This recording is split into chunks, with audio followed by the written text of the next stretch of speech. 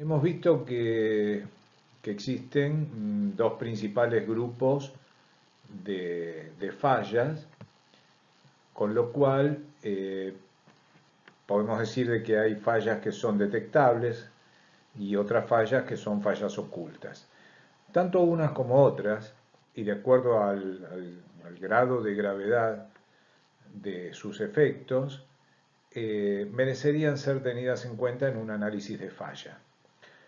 ¿Por qué hacer un análisis de falla? Porque en las plantas industriales, la mayor cantidad de las fallas son repetitivas, o sea, son fallas que siempre se van dando.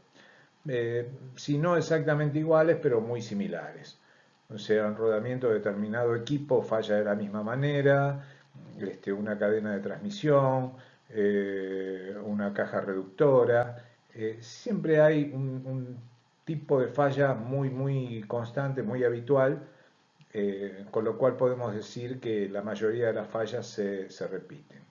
Hay fallas que son eventos así aislados, esporádicos, que se dan con muy baja frecuencia o una vez en toda la vida útil del equipo, donde por ahí hacer un análisis de fallas sería nada más que por la curiosidad de saber qué pasó. En cambio, en las fallas reiteradas, en las fallas frecuentes, hacer un análisis de falla nos permite ir a la raíz de la falla y poder, a través de una modificación, a través de una política de control más estricta o diferente, evitar que esa falla vuelva a repetirse. Quizás seleccionar un mejor material para el componente, y esa es la cuestión, digamos, no perder, digamos, no tener lucro cesante por pérdida de tiempo operativo, ni costos en materiales, ni riesgos de grandes catástrofes debido a una falla, evitando que esas fallas se reiteren. Si no, digamos, la otra alternativa es cada vez que algo falla ir y realizar un mantenimiento correctivo, cosa que hoy ya no es viable. Eh, Tengamos en cuenta de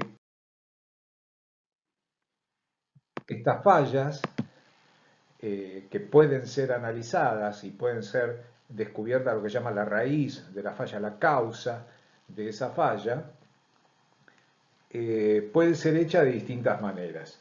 Como dijimos, de acuerdo a la gravedad de lo que pueda ocurrir con esta falla, se puede hacer un análisis pormenorizado, un análisis exhaustivo donde intervengan, por ejemplo, metalografías, donde intervengan técnicas de estrés análisis, programas de computadora, que así lo ameriten. Pero la gran mayoría de las fallas en las plantas industriales pueden ser hechas con muy pocos elementos, inclusive por el mismo personal de mantenimiento. Podemos decir que el 90% de las fallas se pueden analizar con una buena luz y una lupa corriente de 3 aumentos a lo sumo, no mucho más que eso. Obviamente personal entrenado, pero bueno, si nunca empezamos a hacer análisis de falla, nunca vamos a tener el personal entrenado, ¿no? Que no existe falla en la cual no esté sustancialmente involucrado el error humano, ya sea del que lo diseñó, del que lo opera o del que lo repara. ¿Qué es entonces en estas condiciones un análisis de falla? Es un proceso que me permite interpretar las características del deterioro de un sistema o un componente y determinar por qué dejó de prestar la función para la cual fue concebido o diseñado, que es lo que venimos hablando desde hace rato. Este análisis de la falla tiene dos aspectos. Primero, usa una lógica deductiva para poder encontrar las causas mecánicas y humanas de esa falla, y luego una lógica inductiva para encontrar las causas latentes. O sea que podemos de alguna manera conocer los cambios necesarios para prevenir la recurrencia de esa falla. Cuando uno se pregunta por qué falló un equipo, bueno, porque fue mal reparado o porque fue mal operado, esta es la eterna discusión entre operación y mantenimiento. Quizás los dos tengan razón, ¿no? Sería bueno si existiese solo una causa por falla y poder corregir el problema. O sea, a veces las fallas son la suma de distintas causas, con lo cual a veces hacer un análisis de fallo, determinar cuál fue digamos, la causa de esa falla, puede ser bastante difícil. Por lo general hay tres causas de raíz que podemos hablar. Una raíz física, por ejemplo, un eje falla debido a fatiga, una fatiga de flexión rotativa, que fue agravado por corrosión que sufrió este eje y concentración de tensiones. O sea, más de una causa, pero todas de origen físico.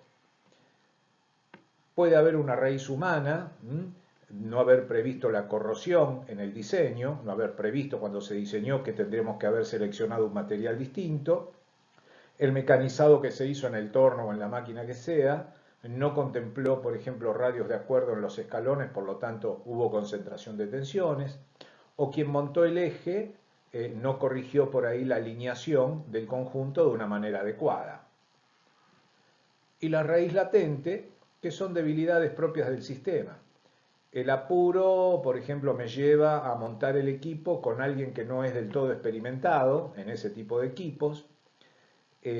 No me permite utilizar por ahí una cuestión presupuestaria, no me permite contratar o yo no tener ni siquiera un alineador láser como para poder hacer una alineación conveniente, o no realizo control de los materiales recibidos antes de montarlos. Entonces podría yo estar incurriendo digamos, en problemas de material sin saberlo.